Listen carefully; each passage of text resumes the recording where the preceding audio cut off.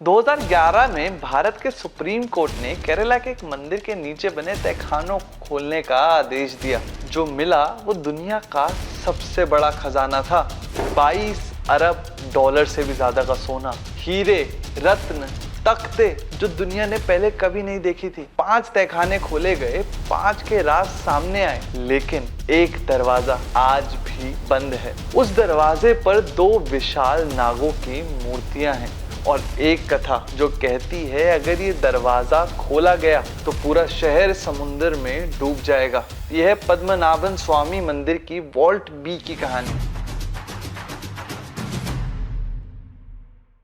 केरला की राजधानी थिरुवनंतपुरम। ये शहर का नाम खुद भगवान विष्णु के एक स्वरूप अनंत से लिया गया है। थिरु अनंतपुरम मतलब अनंत भगवान की पवित्र नगरी। और इस नगरी के हृदय में स्थित है श्री पद्मनाभन स्वामी मंदिर। यहाँ भगवान विष्णु अनंत शयना मुद्रा में है, शेषनाग पर लेटे हुए योग निद्रा में। 18 फुट लंबी ये प्रतिमा 12,008 शालिग्राम पत्थरों से बनी है जो नेपाल से लाए गए थे। और एक अजीब बात, आप इस मूर्ति को एक साथ नहीं देख सकते। इसे 3 अलग अलग दरवाजों से देखा जाता है। पहले दरवाजे से सर और छाती, दूसरे से हाथ और तीसरे से पांव। 3 दरवाजे, 3 दर्शन, एक भगवान। ये मंदिर 8वीं शताब्दी से भी पुराना माना जाता है। तमिल संगम साहित्य में इसे स्वर्ण मंदिर कहा गया था। लेकिन इस मंदिर को सच्ची तरह स्वर्ण बनाने वाली घटना आई थी सन 1750 में। राजा मर्थनंद वर्मा ट्रावेनकोर के महाराजा, एक ऐसा राजा जिसने 1741 में डच ईस्ट इंडिया कंपनी को युद्ध में हरा दिया था। लेकिन 3 जनवरी 1750 को इस महान राजा ने कुछ ऐसा किया जो इतिहास में अनूठा है। उन्होंने त्रिपदी दनम की रस्म अदा की और अपना पूरा राज्य, अपनी तलवार, अपना खजाना, सब कुछ भगवान पद्मनाभा के चरणों में अर्पित कर दिया। उस दिन के बाद मर्थंडा वर्मा राजा नहीं रहे, वे बन गए पद्मनाभा दास, भगवान के सेवक। इस पल से ट्रावेनकोर का हर राजा पद्मनाभा दास कहलाया। भगवान राजा थे, राजा सिर्फ उनका खादिम। सदियों तक पीढ़ी दर पीढ़ी इस राज्य का धन उन तहखानों में जमा होता रहा। रोम के सोने के सिक्के, नेपोलियन के जमाने का खजाना, मेसोपोटामिया के रत्न, दुनिया के कोने कोने से भेंटें आती रहीं। 2007 में एक जनहित याचिका ने सब बदल दिया। सुप्रीम कोर्ट ने 2011 में आदेश दिया तहखानों की इन्वेंट्री करो, दरवाजे खोलो। 27 जून 2011 एक साथ सदस्य कमेटी पहली बार उन तहखानों में उतरी और जो उन्होंने देखा उससे पूरी दुनिया हैरान हो गई।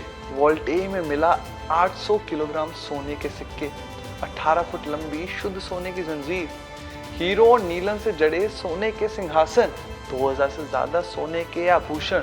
Vault C D E F में 500 किलोग्राम का सोने का पुलिंदा, 32 किलो शुद्ध सोने की भगवान विष्णु की प्रतिमा, 1200 से ज्यादा भारी सोने की मालाएं और हर एक में 3 से 10 किलो सोना मिला। कुल अनुमान 22 अरब डॉलर यानी लगभग 18 लाख करोड़ रुपए। वेटिकन से भी अमीर, तिरुपति से भी अमीर पद्मनाभ स्वामी मंदिर बन गया दुनिया का सबसे अमीर धार्मिक स्थल। लेकिन एक तहखाना, सिर्फ एक, जिसे कमेटी ने छुआ तक नहीं, वॉल्ट बी। ये तहखाना मंदिर के ऑफिशियल ट्रेजरी रिकॉर्ड्स में भी दर्ज नहीं है।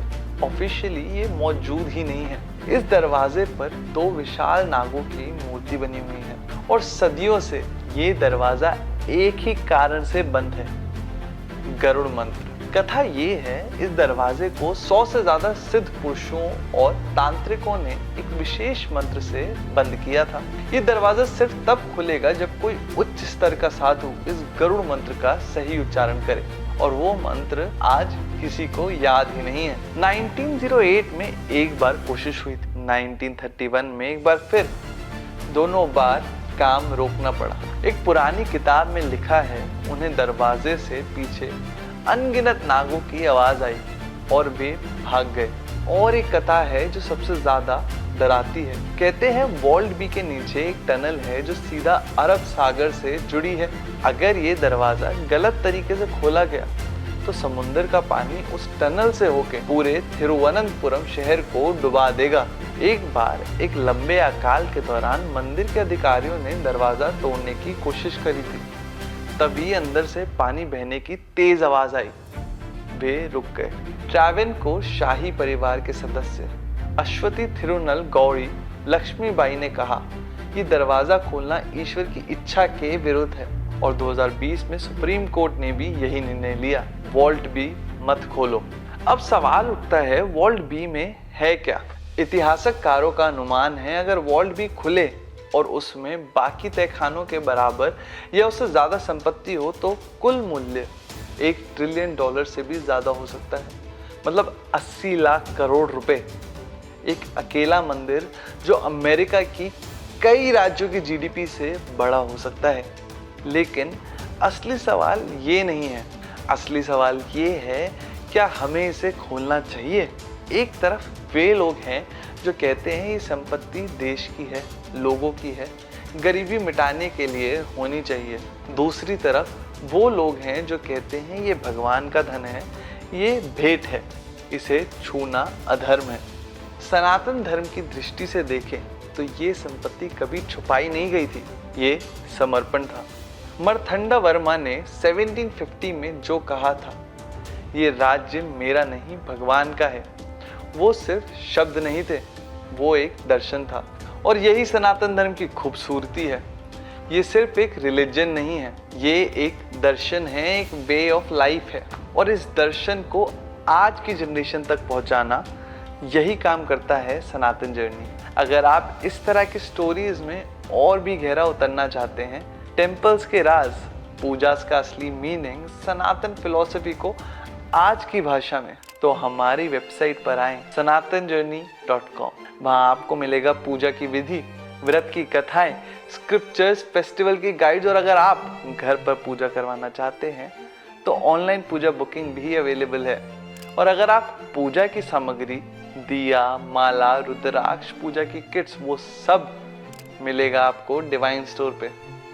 लिंक डिस्क्रिप्शन पे है, divinestore.sanathanjourney.com। और सुनिए, अगर आप ये सब सिर्फ स्क्रीन पर नहीं लाइव में फील करना चाहते हैं तो हम जल्द ही आ रहे हैं अपने अगले इवेंट के साथ। सनातन जर्नी के अगले इवेंट की सारी डिटेल्स आपको डिस्क्रिप्शन में मिल जाएगी। और अगर इवेंट अभी लाइव नहीं हुआ तो जल्दी अनाउंस होने वाली होगी, तो हमें अभी सब्सक्राइब करें, कमेंट करें और हमारी वीडियो को लाइक करें। हम ऐसी वीडियोस के साथ आपके लिए आते रहेंगे। नमस्कार और मिलते हैं अगली वीडियो में।